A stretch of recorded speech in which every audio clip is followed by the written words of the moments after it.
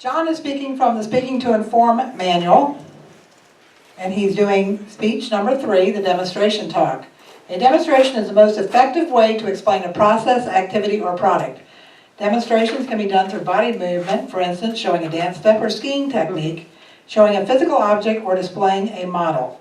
His objectives today are to prepare a demonstration speech to clearly explain a process, product, or activity, and to conduct the demonstration as part of a speech delivered without notes. His time is 5 to 7 minutes.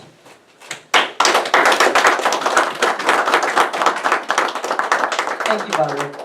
I don't know why I was having a little problem reading my own agenda here.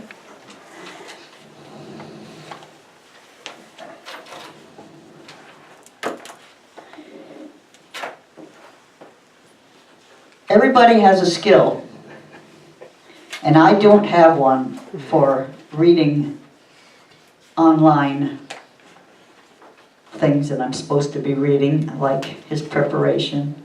So I will make one up for John. John is a sailor. He's a captain, Captain Jack. And he knows how to do very, very, very many things that sailors only know how to do. So if we were curious about some of the skills that they have, all we have to do is have Captain Jack Gonzalez come up and teach us how to throw a heaving line. Captain Jack.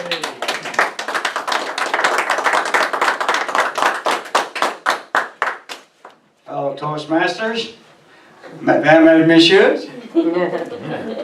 Here's an old sailor on the beach. Somebody said that you needed how to throw a heaving line. I know we throw a lot of bull, but anyway, I'm going to teach you how to throw a heaving line. Now, what a heaving line is, here's an example of one, but it's a messenger.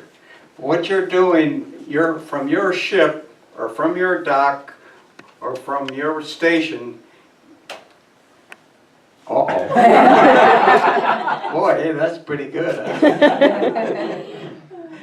From your station, what you're doing, you're passing the messenger, you're passing a line ashore, and to this you attach a bigger line, and then a bigger line, and a bigger line. So if you're on the ship, you want to pass a line to a tugboat, or to the dock, or to another ship. You pass this first. Uh-oh, wow, I almost forgot to. You pass this first, and then you attach another bigger line to it. Now, if you were here during World War II, I doubt a few of you, but all ships from the World War II area had what they call a Lyle gun, which they use it's a small cannon, and they use a black powder charge. And it heaved a projectile about something similar to a sash weight in a window.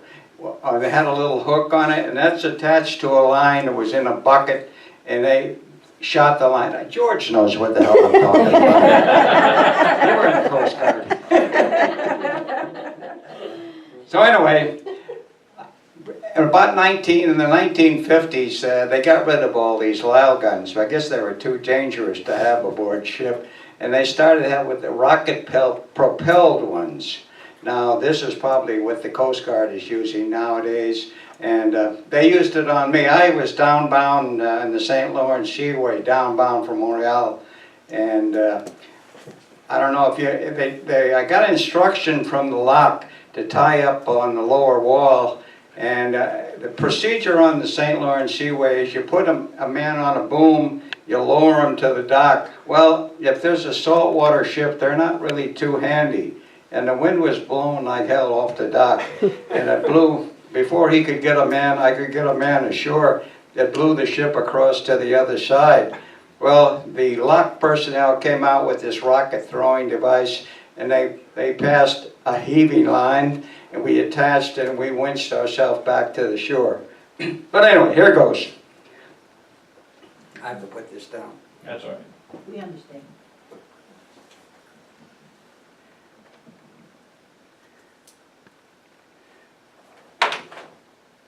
Now, well, I have to use both hands for this. That's okay. Now what you want to do is you want to have this below the loop. Well, let's see, below the loop. And then the measuring, this is a diameter. So if you keep going the same, you'll get a same size loop. Most you see all the farmers go like this, right? That's how the farmers do it. Well, so anyway, we want a small loop here, and this is about weighty enough. Then you get a little bigger.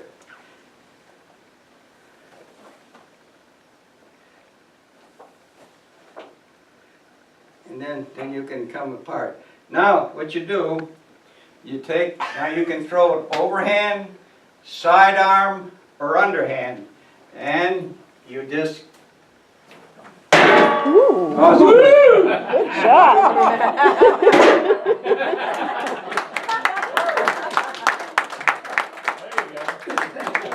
Good, Sean. Now,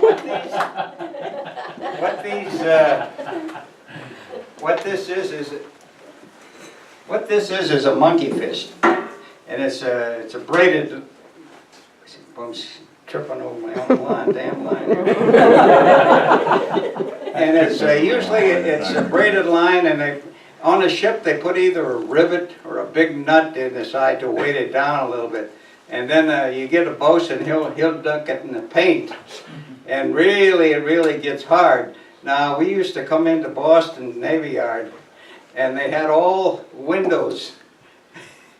Oh boy. We had all windows on the warehouses there, and the bosun would see who could break the most windows.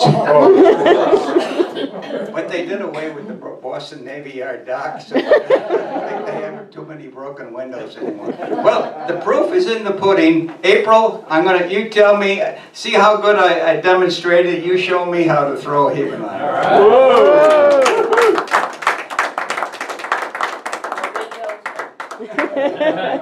Just a chair. Just a chair. Here, you said this needs to go. Right-handed or left-handed? I'm right-handed. Right-handed? Yes. Okay, you got it right there so the far. loop needs to be. There you go. Fantastic. Stepping on the line. And somewhere down the line, I'm gonna make it a little bit longer. My dad was in the Navy, but he didn't teach me this part of it.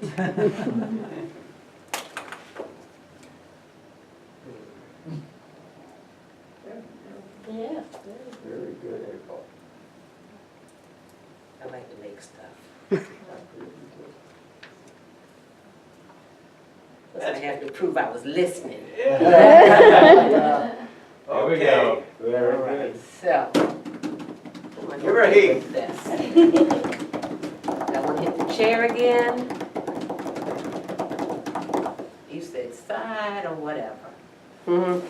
Hey!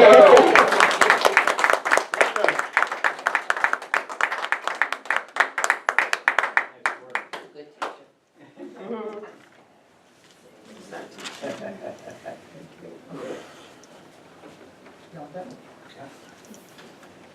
Thank you, Captain Jack. That was very interesting.